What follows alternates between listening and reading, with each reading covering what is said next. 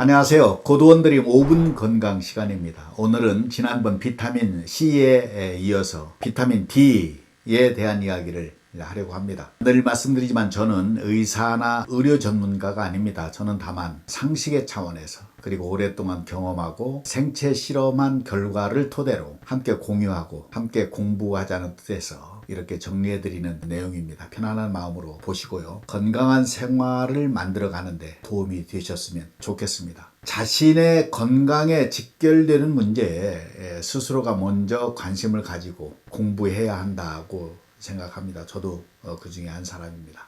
가장 중요한 것이 경험입니다. 비타민 A, B, C, D는 발견한 순서대로 이름이 붙여진 것입니다. 맨 먼저 발견된 것이 비타민 A, 그 다음이 B, 그리고 C. 그러니까 비타민 D는 비타민 C 다음에 발견된 셈입니다. 지난번 비타민 C를 20년 동안 먹었더니 이런 제목의 유튜브 영상에서 비타민은 자동차의 볼트와 같다는 말씀을 드렸습니다. 있어도 그만 없어도 그만이라 생각할 수 있지만 볼트 하나가 마모되거나 잘못되면 큰 사고가 날 수 있는 것입니다. 그래서 비타민은 반드시 우리 몸에 장착해야 할 아주 중요한 생명의 볼트입니다. 비타민 D를 가리켜서 면역 비타민, 항암 비타민이라고도 불립니다. 우리 몸의 면역력을 높이고 각종 암의 발생을 예방하는 데 비타민 D가 매우 중요한 역할을 하고 있기 때문입니다. 우리 혈액에 비타민 D의 혈중 농도가 낮으면 낮을수록 각종 암의 발병률이 반비례해서 높아진다는 연구 결과도 있습니다. 비타민 D가 왜 중요한가? 비타민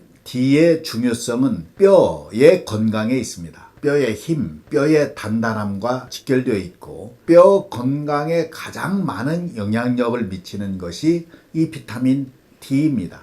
어떻게 영향을 미치는가? 이 비타민 D가 칼슘을 우리 몸, 우리 뼈에 흡수하게 하는 기능을 하기 때문입니다. 칼슘이 많이 들어있는 음식으로 흔히들 우유, 동물 내장, 버섯, 달걀 노른자, 생선 얘기합니다만 이런 음식들을 아무리 많이 먹어도 이것을 뼈에 흡수하게 하는 비타민 D가 없으면 소용이 없습니다. 몸에 칼슘이 흡수되지 않으면 나타나는 가장 큰 현상, 그것이 우리 모두 잘 알고 있는 골다공증입니다. 그만큼 널리 알려지고 흔하다는 것인데요. 이 골다공증까지는 아니더라도 넘어지면 뼈가 잘 부러지거나 부서지거나 뼈의 힘이 약해지거나 하는 것들은 다 이 칼슘 흡수 부족에서 오는 것입니다. 칼슘 부족이 아닙니다. 칼슘 흡수 부족입니다. 이것을 구별해서 깨닫는 것이 중요합니다. 뼈를 튼튼하게 하는 것이 중요한데 그러기 위해서는 칼슘 섭취도 중요하지만 섭취된 칼슘을 뼈에 잘 전달하고 흡수하게 하는 것이 매우 중요하다는 말씀입니다. 1차적으로 칼슘이 부족해지는 것은 우리의 평소 생활, 식습관과도 영향이 깊습니다. 몇 가지 이유가 있겠지만 하나가 칼슘이 많이 든 음식을 기피하는 것입니다. 그리고는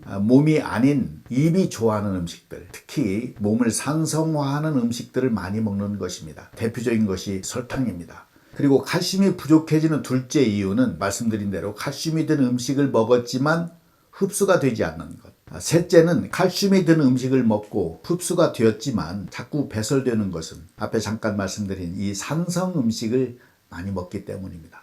이 산성 음식을 많이 먹게 되면 몸속에 칼슘을 녹여버리게 됩니다. 이 산성이 든 음식은 흔히 동물성 식품을 이야기하죠. 동물성 식품은 이 몸에 들어가면 산성으로 바뀌고 이 산성이 뼈를 녹입니다. 커피, 설탕도 강력한 산성 음식의 하나입니다. 이 뼈에 있는 칼슘은 알칼리성이기 때문에 산성에 약합니다. 칼슘의 섭취가 문제가 아니라 칼슘을 녹여버리는 산성 음식이 이 문제인 것입니다. 이 동물 왕국과 같은 것에서 보면 맹수, 이 큰 뱀이 이 통째로 먹이를 삼키는 것을 보게 됩니다. 거기에는 뼈, 뿔, 발톱도 있습니다. 그런 것들을 맹수 안에 이 산성액이 거침없이 녹여내는 것입니다. 뼈를 녹이고 발톱을 녹이고 심지어 뿔을 녹입니다. 강력한 것입니다. 그래서 뼈를 건강하게 하기 위해서는 뼈에 칼슘을 녹이는 산성 음식을 줄이는 것이 좋습니다. 그럼 다시 비타민 D로 돌아가서 몸에 꼭 필요한 비타민 D를 어떻게 채우는 것이 좋을까? 오늘 주제입니다.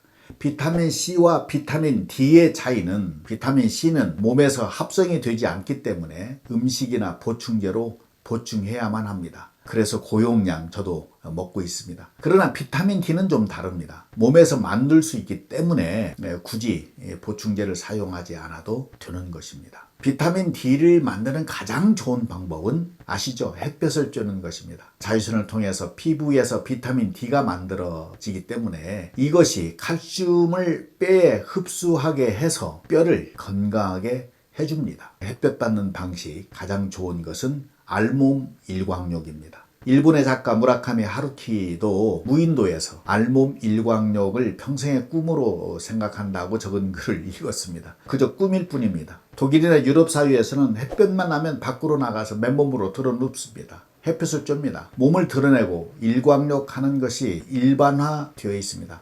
그러나 우리는 어렵습니다. 동양과는 문화의 차이가 큽니다. 그래서 우리 사회에서 가장 안전하게 비타민 D를 흡수하는 방법은 산림욕입니다. 가벼운 복장으로 나뭇잎에 가려진 사이사이 햇볕을 받으면서 천천히 걷는 것입니다. 얼굴뿐 아니라 팔이나 다리 같은 곳을 좀 드러내시고 30분가량 숲속을 천천히 걷기만 해도 우리 몸에 비타민 D가 필요한 만큼 만들어집니다. 햇볕을 쬐는 것에 또 하나의 아주 중요한 좋은 효과가 있습니다. 다름 아니라 바로 멜라토닌이 생성되는 것입니다. 잠을 돕는 호르몬, 잠을 잘 이루게 하는 신경 전달 물질입니다. 낮에 햇볕을 쬐면 밤에 단잠을 자게 됩니다. 그런데 요즘 현대사회에서는 이 햇볕을 쬐는 시간이 현저히 줄어버렸습니다. 아주 잠깐 나가는 경우에도 많은 사람들이 햇볕을 싫어합니다. 기피합니다. 피부를 검게 하고 기미, 주근깨를 만들고 또 주름이 생기는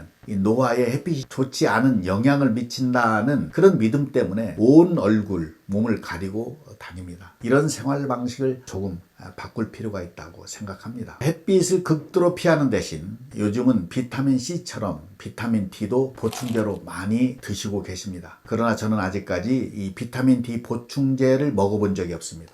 햇볕으로 충분하다고 믿고 그렇게 체험해온 사람입니다. 흔히 이 비타민 D는 전문가 사이에서도 두 갈래로 엇갈립니다. 보충제를 먹어야 된다는 의학자가 있는가 하면 보충제는 필요 없다. 햇볕을 통해서도 충분하다고 말씀하는 전문가들이 계십니다. 유튜브를 통해서도 확인할 수 있습니다. 서로 다른 두 주장을 담은 영상을 참고로 소개해 드리면 보충제를 먹으라고 말씀하시는 분은 임영빈 내과 의사입니다. 그리고 햇볕 노선을 주장하는 분 중에는 황성수 TV 영상이 있습니다. 관심 있으신 분들은 보시고 각자 판단에 도움이 되시길 바랍니다.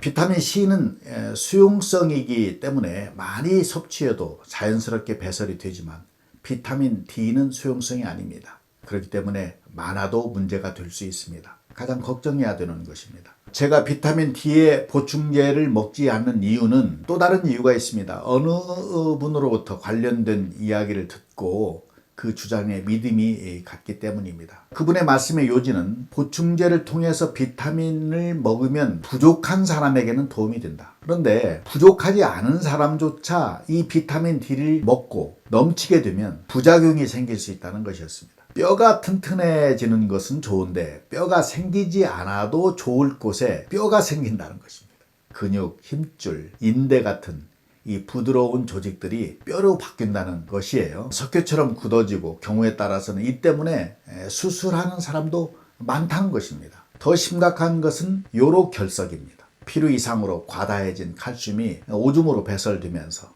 그 과정에서 요로결석이 생기는 것입니다. 요로결석은 돌입니다. 굳어진 칼슘 덩어리들입니다. 이 때문에 고생하고 수술받는 사람들이 아주 많습니다. 비타민 D로 칼슘 흡수율을 높이자는 것인데 오히려 그것이 몸에 해를 가져오게 되는 것입니다.